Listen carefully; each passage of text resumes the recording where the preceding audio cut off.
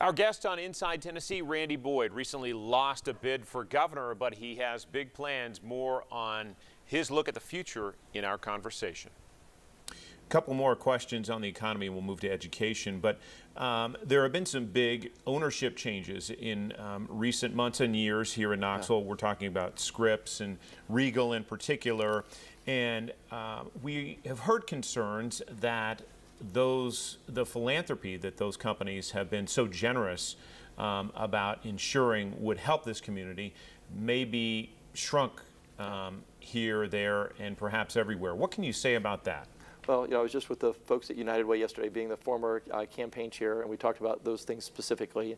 And it's natural that if the company's headquarters moves to a different location, that they're not going to have the same amount of ownership and philanthropy in the community that they used to be in. So those are big losses. I'm not sure what the impact will be exactly to United Way and to other charities in our community, but it's going to be significant. But that's why you're constantly prospecting new business. Just like as Commissioner of Economic and Community Development, you're constantly bringing new business to the state because existing businesses do transition. And so you've got to constantly have a certain churn. Same thing with United Way, same thing with our community. While we're going to be losing a significant amount from those companies, we've got to look at our existing companies to step up, existing donors to step up. But in addition, we've got to create new businesses. One of the things I'm passionate about is entrepreneurship. And I want to try to start helping more entrepreneurs in Knoxville. I've helped with the Knoxville Entrepreneur Center, with the Boyd Venture Fund at UT, but I think we can do more. And so one of the things I want to focus on now that I'm back home is helping more entrepreneurs here in my community get started and be the next Regal, be the next Scripps.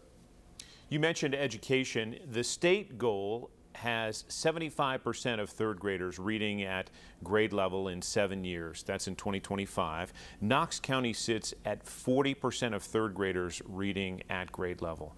When you hear that statistic, what runs through your mind? Well, we simply can't do any of the great things that we want to accomplish, including completing the Drive to 55, if kids aren't reading at grade level at third grade. As governor, I had several programs, and these, again, may be things that I can bring home and focus on here in Knoxville. One was more in-home visits with counselors that work on children at home from birth to 2 years old to make sure that the mother and the family is creating the environment so they're not having adverse childhood experiences or ACEs. So they start off with a good foundation. Books from birth stops at when they go to school. I wanted to have books from birth through third grade. Why stop before you hit your goal? So that's something we can do. I think a good quality pre-K is important, something I wanted to do across the state, but maybe we can try to focus on here in Knox County is making sure we have great pre-K. If you have a kid showing up for school as a kindergartner with only a 300-word vocabulary, you can have the greatest teachers in the world. It's going to be very difficult for them to get them to grade level. So we got to get them a better start. And then the community school project that we started here in Pond Gap, it was also something I wanted to scale across the state. But we can still have room to scale it here in Knox County. And that provides that wraparound environment to provide the kids with the support they need. So if a kid comes to school hungry, with bad eyesight, with bad dental care, oftentimes, and I hate to even, it's hard to always say this, but it's oftentimes abused and beaten when they get to school, they're going to struggle being successful, no matter what the principal or teacher does. And so creating more programs like that, I think, can help us get these kids to a better start and being able to read at grade level. You mentioned the Drive for 55. Just for our viewers who aren't familiar with that program, it started under Governor Haslam. He brought you on to steward it. Explain it and where we were and where we are. Well, so I'm not in campaign mode anymore, but I will go ahead, and I think the governor would agree that to take credit for the idea of the Drive to 55. So it wasn't something that I came on to steward, but it's something that I helped create. And it was simply this. When I came on as special advisor on higher education, we needed a goal. And came very quickly to the realization that our goal should be to create a workforce that can meet the jobs of the future. By every pundit, every forecaster's analysis, by the year 2025, 55% of Tennesseans need to have some skill beyond high school, not go to college necessarily, but welding certificate or some skill beyond high school. At the time, we were at 32%. Because of the Tennessee Promise and Reconnect and other programs, we moved up to 39%. As governor, now as an individual and as an advocate, one of the things we want to continue to promote is making sure we hit that goal. If we hit the goal, no, I should say, when we hit the goal, from 39% to 55%, Tennesseans will make $9 billion more a year in extra income. It will meet the job requirements of the companies, which will allow them to continue to grow. So it's essential that we do that. And there's a lot of things we can continue to do to make that happen. The thing about early childhood reading skills are first and foremost. We talked about early childhood reading skills. Let's move to Tennessee Achieves, because this is a program that allows our young people to go to college who might otherwise not be able to afford college, but getting them through college is one of the key challenges of that. Yeah, so Tennessee Achieves has been wildly successful. We started off in Knox County in 2008, sent over 1,000 kids to school in the first 3 years.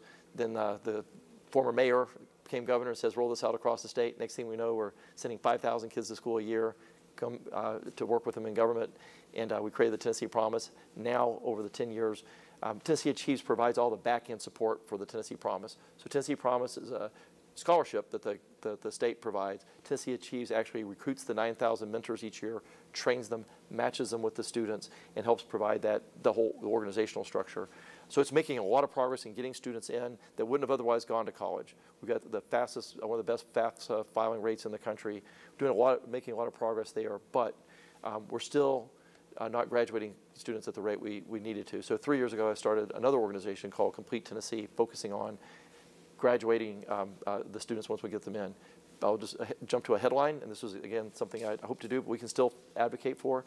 The number one reason why kids aren't going to school, post-secondary schools, and graduating, academic preparedness is number two. Number one is transportation.